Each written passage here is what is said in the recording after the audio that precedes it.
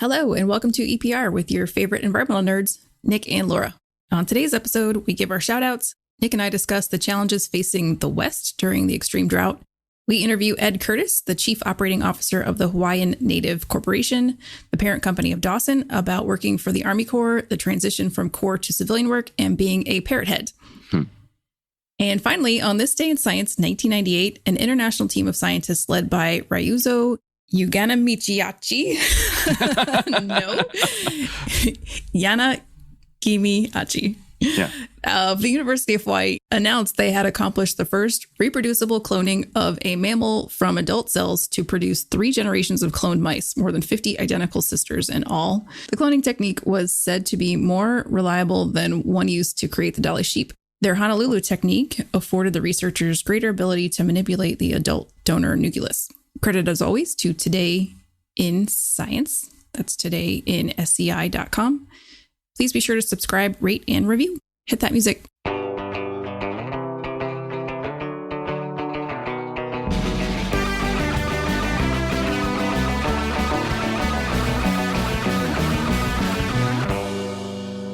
Today's shout out goes to John Jameson, Courtney Arena, and Adam Archewell for convincing our server at Tobacco Road to pretend to be a fan of the show and then ask me for my autograph.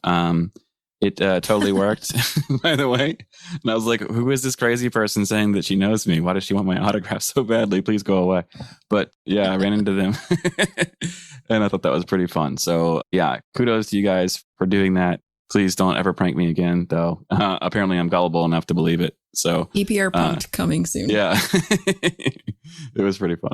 As always, be sure to share your promotions, new jobs, professional and project awards with us here at the EPR website. Also, we do have a special note for you today. The National Association of Environmental Professionals is thrilled to announce the launch of a new online community for environmental professionals. The Environmental Professionals Connection is a weekly newsletter and website produced by NAEP and Aggregage. It curates valuable and relevant environmental articles, research studies, and leadership blogs from hundreds of leading sources. You can also submit your own content for Environmental Professionals Connection, which will reach thousands of readers.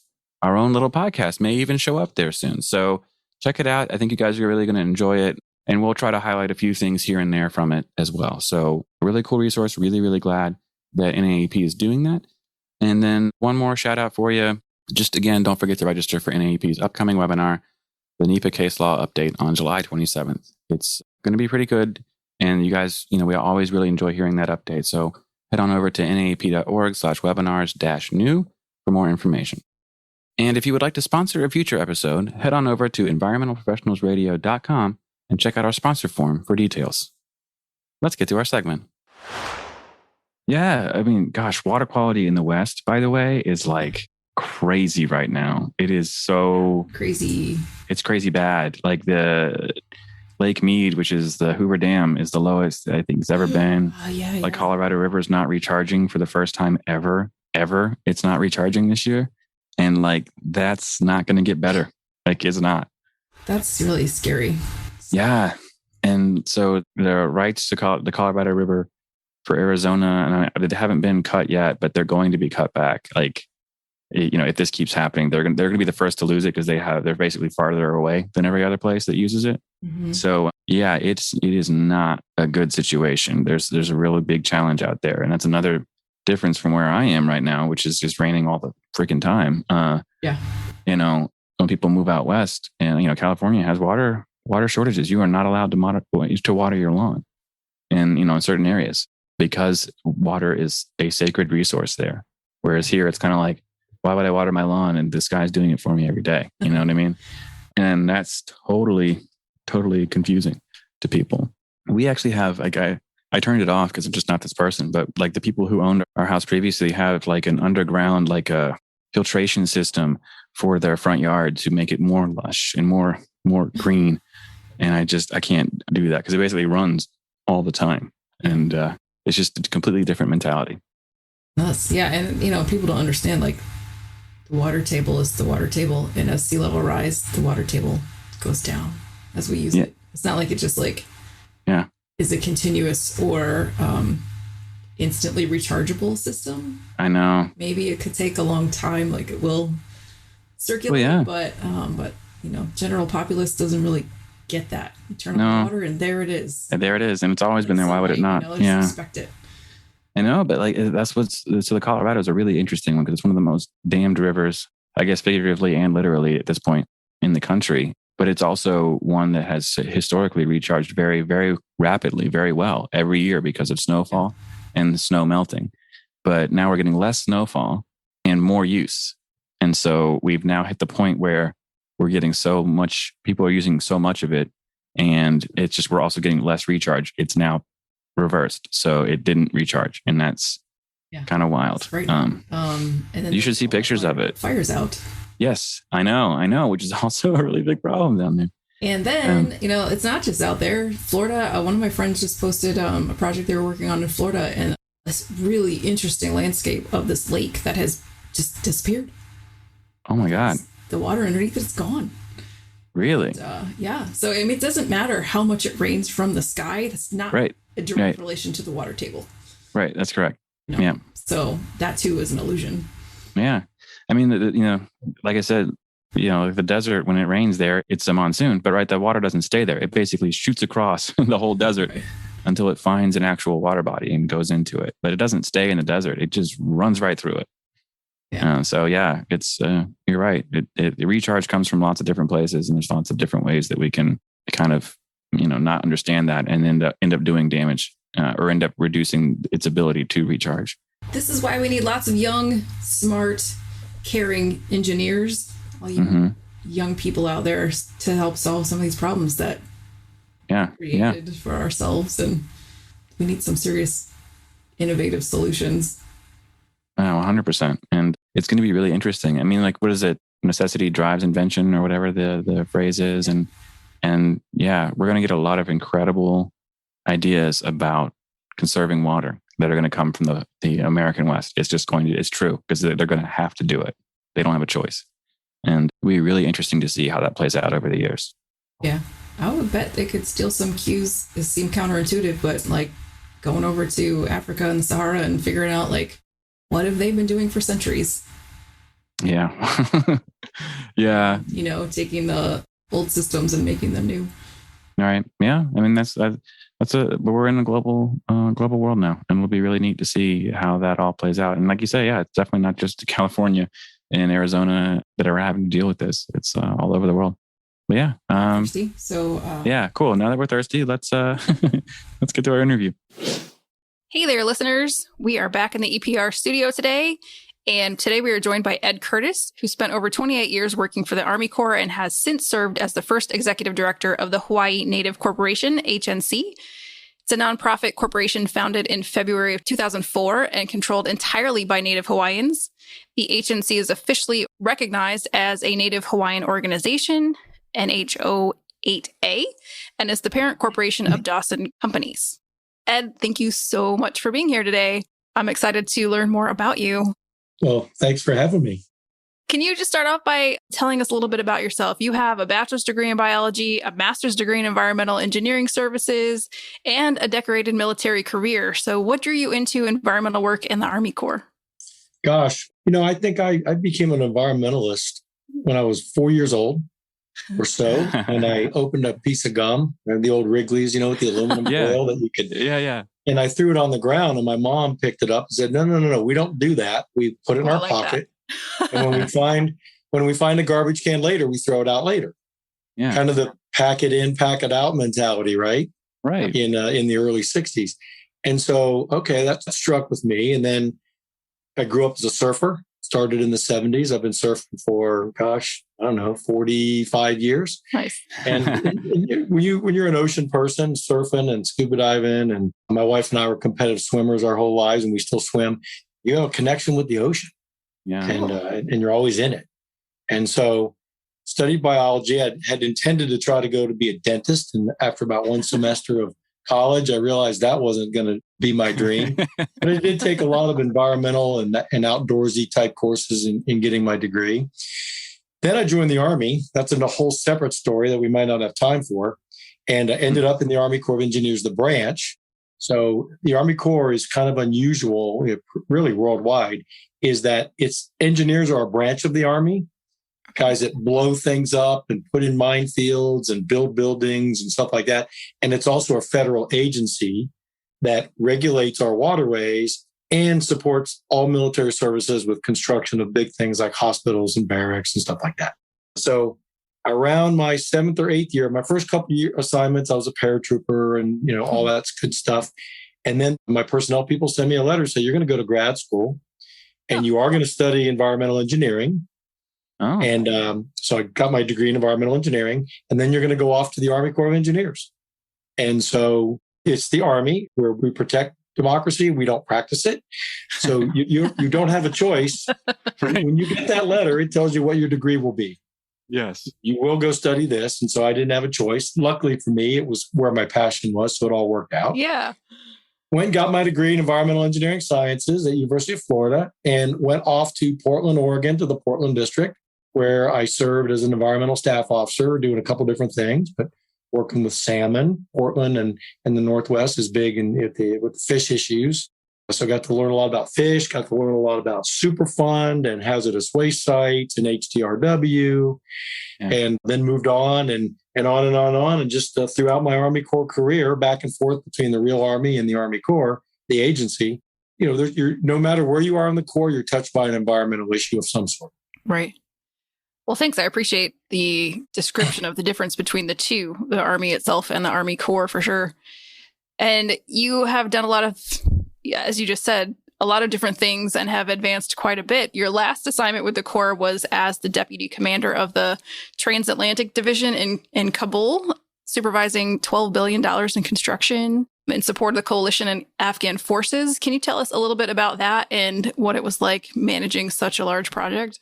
So we were organized fairly well. There were a lot of different sub-organizations over there. And when you're managing something that big, the task organization, as we call it, is the key. And so we had, hundreds, maybe thousands of mostly government civilian employees, not military personnel. We had a lot of contractors, of course, American, Turkish, Afghan, doing a variety of things, building infrastructure to support the Afghan military, everything from barracks to sewage treatment plants or headquarters or airfields or whatever a typical military needs. Some cleanup stuff from legacy, a little countermine or anti-mine cleanups from the wars that they've had in Afghanistan for the last 100 years. And it was just a very broad mission. 12 billion is a big number, which is why we needed so many people to do it. And of course, it's an austere and dangerous environment. So you throw all that in, and the government civilians that volunteer for that job and go over there and work and put themselves in harm's way, 99% of them are unarmed. They're great Americans. They're great Americans, and they don't get the recognition they deserve really as almost like veteran status. Yeah, it's a great point. It is such a unique experience too. And I don't know, how did you manage? Because that sounds like so many different moving parts. You say you had a process, but was it difficult to stay on task? Well, you take whatever process you had back in the rear, as we call it, and you apply it downrange, and you modify it as needed. So you're going to drive out to check on a project, and just like you do in the States, the Army Corps, all their projects are 100% built by contractors. So the government provides the oversight, the quality assurance, et cetera. And so it's the same thing there. You just have to remember, all right, I'm going to go out there tomorrow and check my project. I'm not going to go get in my pickup truck and drive out like I might in Seattle district of the Army Corps. Right. I'm going to have to get in a armored personnel carrier. I've got to make sure I've coordinated my security. I've checked the intel reports to make sure there aren't any bad guys around. And then I'm going to go out and meet with my contractor. Contractors are on their own as far as that kind of stuff. Most of them move fairly freely. I've been in just about every province in Afghanistan at one time or another. And life goes on in most of those places. Mm-hmm. I've flown commercial in Afghanistan. Many times I've been to shopping malls in Afghanistan. They've got nice condo developments. Yeah. So you drive around and you think, are we really in a war zone? Yeah. And it's fairly isolated. And I've driven all around the country. It's a beautiful country. Beautiful. Yeah. Yeah. Think Idaho, Utah here. Oh, wow. Yeah. So that's good to hear. You don't hear that side of it very often. No, it's a beautiful place. My last tour, I volunteered because I'd been there before and I wanted to go back. Oh, that's really cool. Eventually, though, you did leave the Corps and join Dawson. So how did you manage to transition? I know NAP does some work with the APUS, and a lot of what they do is help students going back to school transition from military life into civilian. So what advice do you have, or what worked for you? Well, I got some advice actually from a retired colonel in Afghanistan that I'd met on my last tour. And he said, when you go to leave the military, you consider three things: location, job satisfaction, and money. And you pick one. So my wife and I have been together since high school. We met in 1979. We started dating in 1979, met in 76. And so when I came home, I said, what do you want to do? And she had three words for me, and they were not "I love you." They were "I like Hawaii." And I'd already mentioned that I grew up as a surfer. So I thought, okay, Hawaii suits me. And, I had a bunch of surfboards, and I when I was commander on Hawaii, I canceled all morning meetings so that employees could surf before work. All right. So that made me popular with the surf crowd. Awesome. I'm sure. Yeah, that made me popular with the surf crowd. So did that and said, all right, fine. So I started looking for a job. Having picked the one of location, started looking for a job. The classic networking, shopping the resume, had some interviews, had some offers that I didn't think I was a good fit or I wasn't ready for. And one of the guys that I turned down actually sent my resume out, and he's a fairly prominent Hawaiian. Sent my resume out to some of his friends and said, hey, somebody might want to grab this guy. He's a retired colonel with an environmental background. And so Dawson started as an environmental company, going on 30 years now, where the founder, Chairman Chris Dawson, a guy with a business degree, bought a piece of technology that he saw that helps clean up gas stations and thought, Chris is kind of a serial entrepreneur. And he said, I'll bring this back and clean up gas stations in Hawaii. Started doing that, was modestly successful. And then someone told him, you should get into government contracting. How do you do that? So he started going down that route. And next thing you know, we're a pretty big company now. Yeah. And or a big family of companies. And it worked out. Yeah. So maybe you can explain that a little bit for us here too. So you're the executive director of the Hawaiian Native Corporation. And so how does that fit into the company structure? So the Hawaiian Native Corporation is the parent and we're the holding company. As Laura noted, it's technically a nonprofit. And then today, I see if I can remember, we have 9 subsidiary companies, I believe. And we're always adding companies and things like that, growing our portfolio, if you will.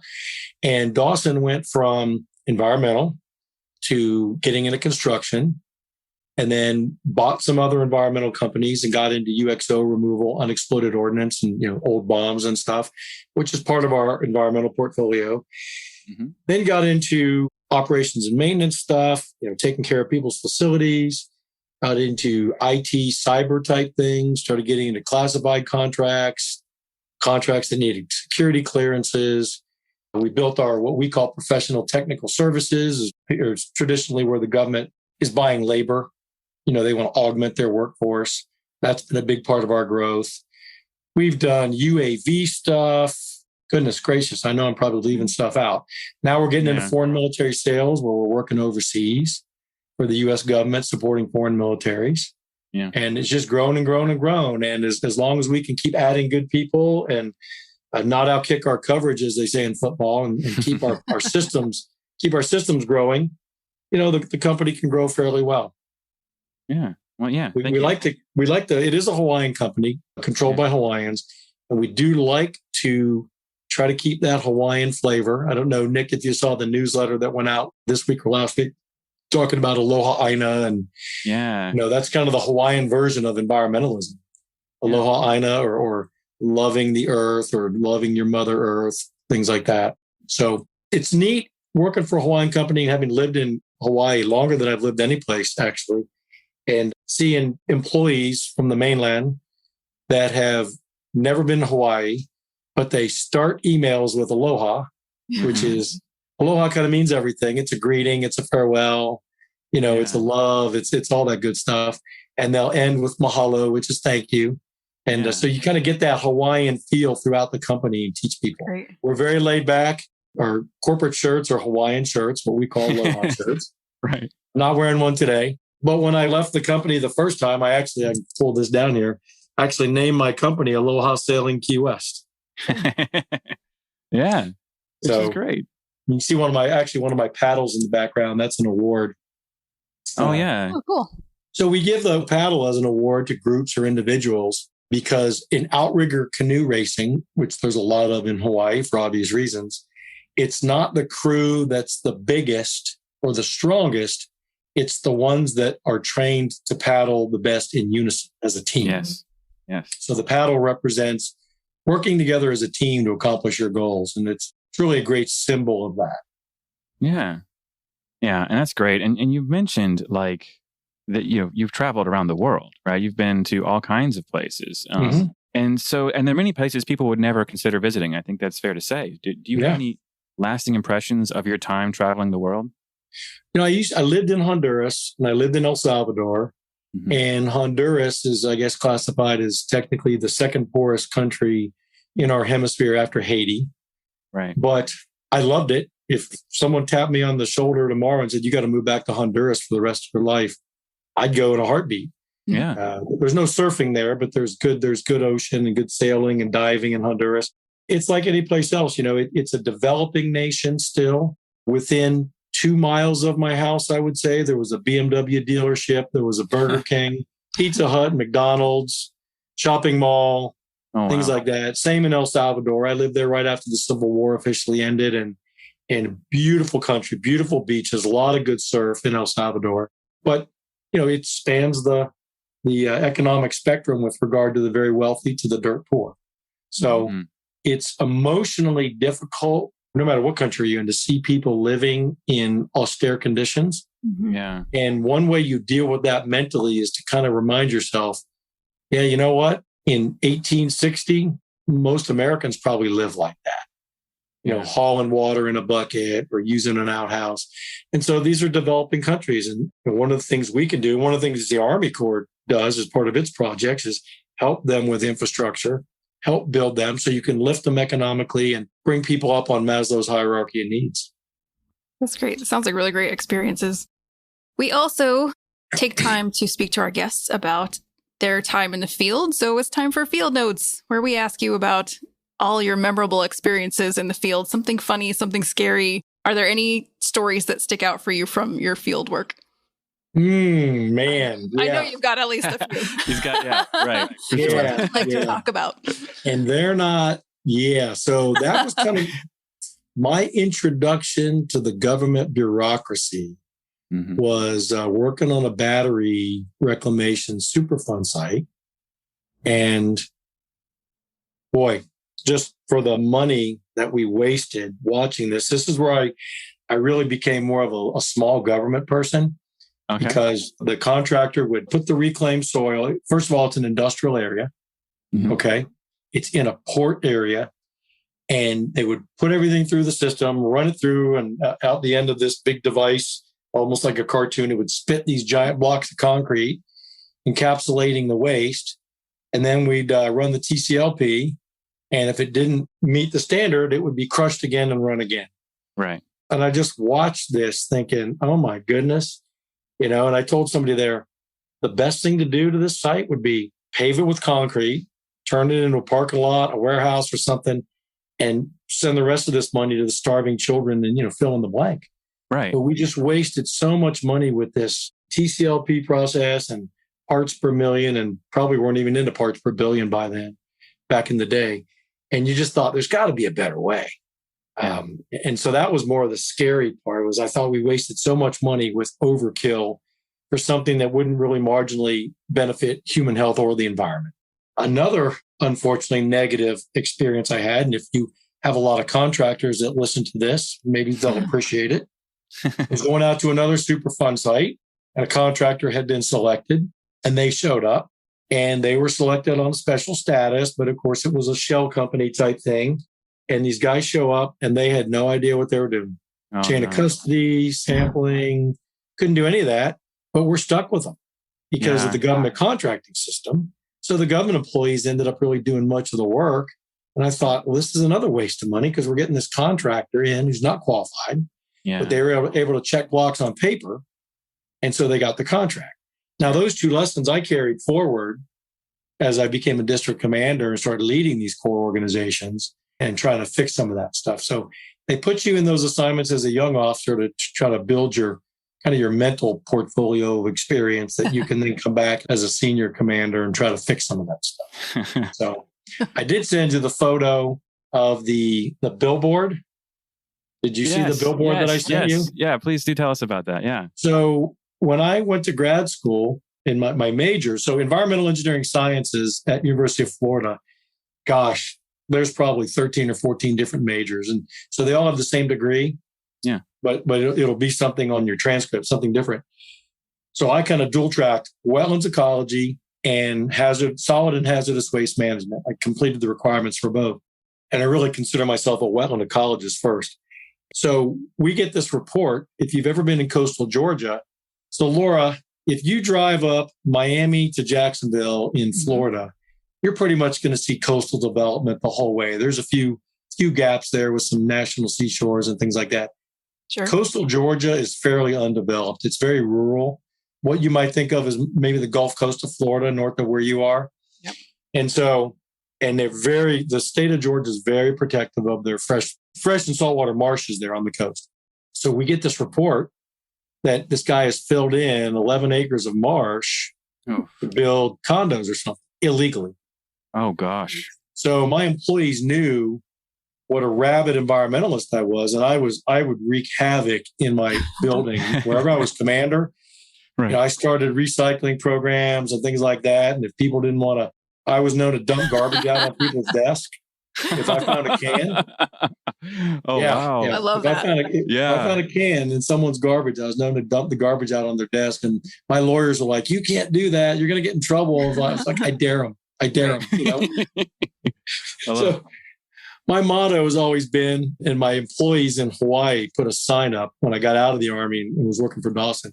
I'm trying to save the planet. I just need a little help.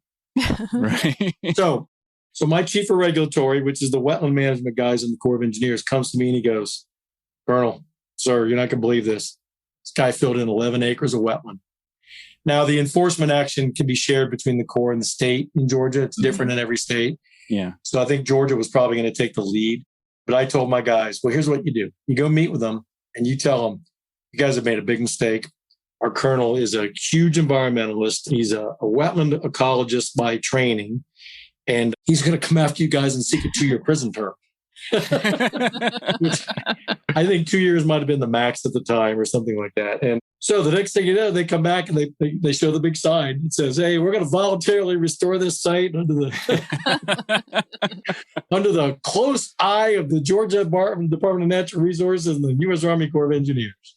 Nice. So we got him religion pretty quickly. Wow. Yeah. And is it done? Did it get restored? Oh, I'm sure it was done. You change command every 3 years, so right. I don't know what the latest was, and that was late in my tenure. I'm sure it was done. We don't let stuff like that go.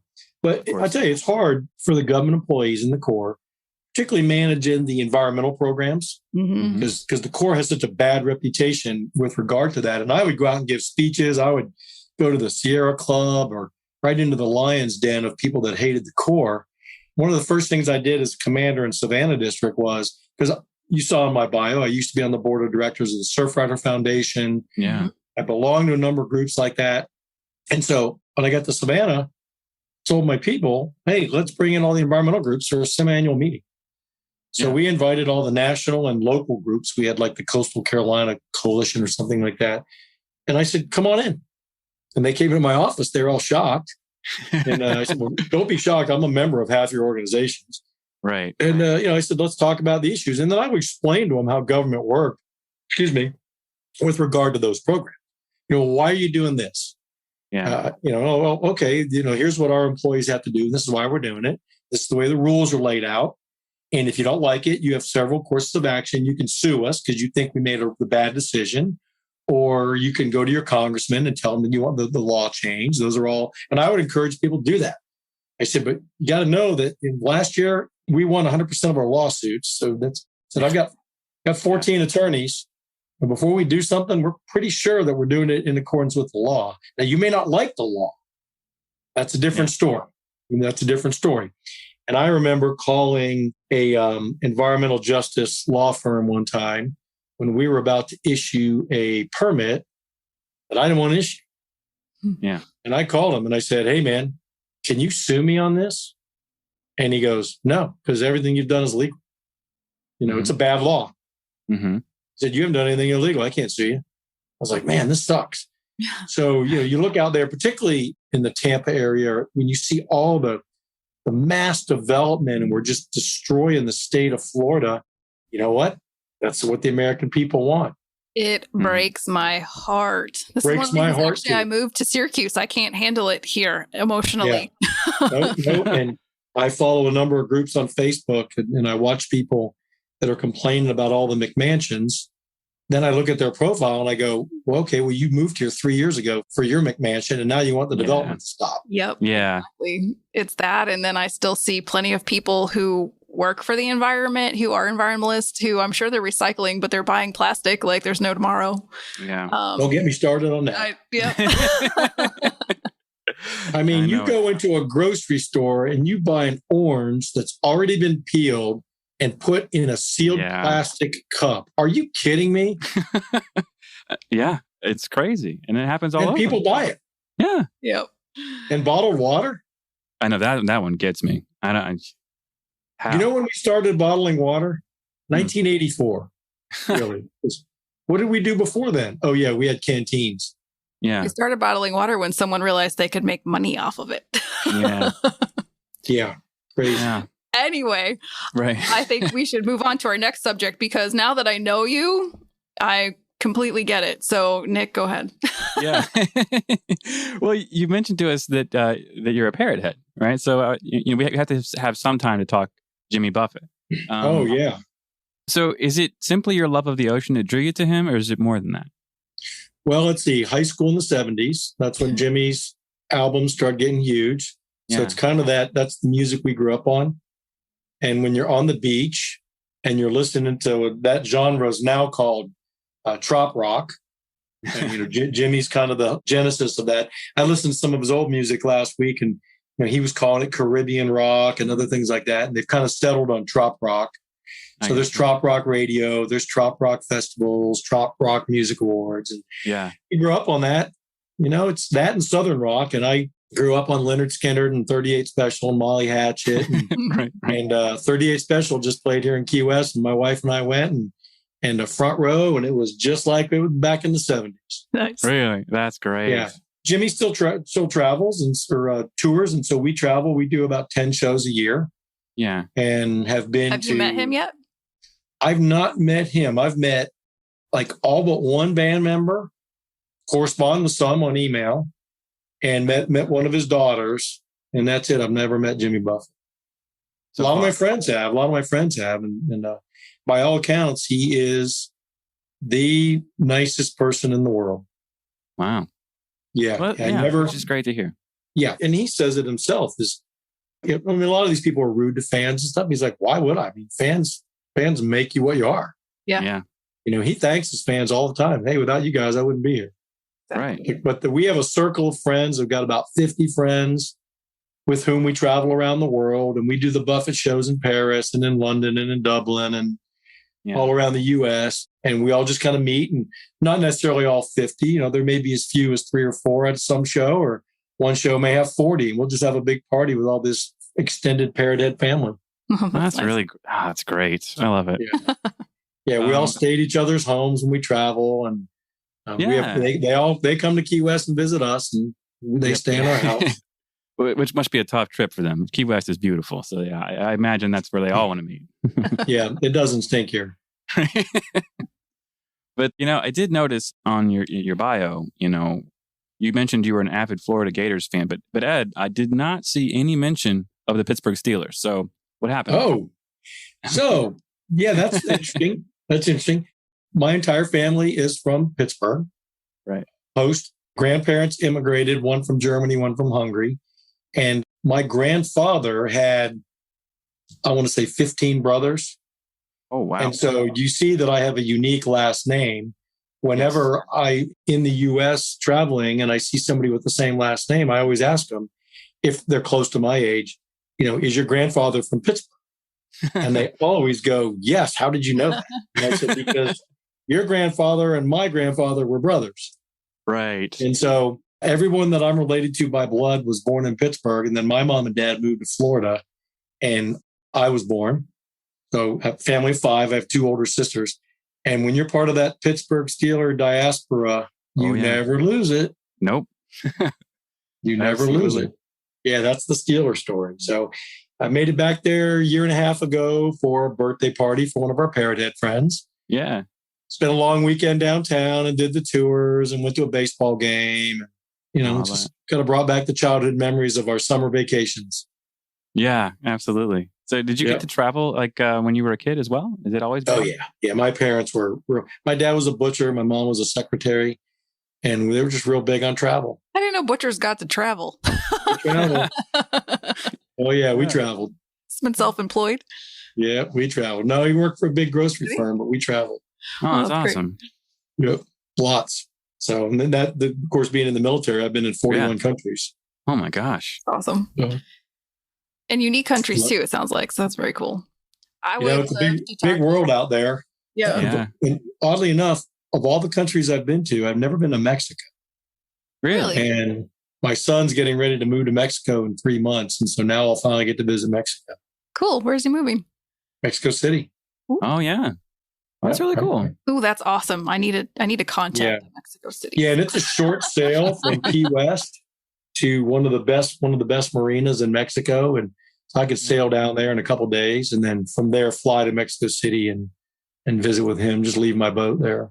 Cool. Do you need any deckhands? Because you always need deckhands. There you go. Always need deckhands. Awesome. Right. Well, we're running out of time. I could talk to you about travel forever. Is there anything else that you wanted to say or that we didn't ask you before you go? No, one thing we should have led with is that, I left the Army Corps 8 years ago. So I'm speaking on my own behalf from my memories there. But I would tell you, if any of your listeners are people that are, like I pointed out, environmental groups or whatever that are interested in what the Army Corps is doing or why, they ought to reach out to their local district and ask for a meeting. And I know, sadly, a lot of Army Corps commanders do not want to meet with environmental groups. One of my tasks on the board of directors of Surfrider Foundation was to get local chapters in to meet the commanders whenever they would have a change of command. And we've been successful in a number of different places where the local Surfrider, either volunteers or paid staff, have now kind of, gotten in the Rolodex of the Army Corps commanders there and gotten on a first name basis or maybe tried to go surfing with them. And it was a two-way street. One of the first meetings I set up, the Surfrider folks called me and said, hey, we go to this meeting with the Army Corps and a couple guys in there are Surfrider Foundation members. Yeah. And I go, how about that? And they go, well, then why do they do what they do? And I said, because they're also federal employees with a code of ethics and they're going to do, follow the law and do their job. Of course. The problem is not, as I said before, them. Your problem is the rules under which they're working. And that's what we all need to get changed if we have a problem. Absolutely. Yeah. And where can people get in touch with you if they want to talk to you more? Well, Kertis at AOL, if you want to spell my name for everybody, EKERTIS at AOL.com is the easiest. I'm also a boat captain and do charter sailing here in Key West with Aloha Sailing Key West. They can find me on Facebook through Aloha Sailing Key West for sure. And Instagram. Awesome. Well, I will start following. So that's great. No hateful comments when you see all the beautiful pictures from your snowy office. Right. Of course. Oh, no hating, just loving and jealousy, but no jealousy either because I'll just show up. Ready, there you go. To be on deck at any time. Come on down. You're more than welcome to. Awesome, Ed. Thank you so much. Appreciate it, y'all. That's our show. Thank you so much, Ed, for sharing your stories with us today. Please be sure to check us out each and every Friday. And don't forget to subscribe, rate, and review before you leave. Thanks, everybody. Catch you next time.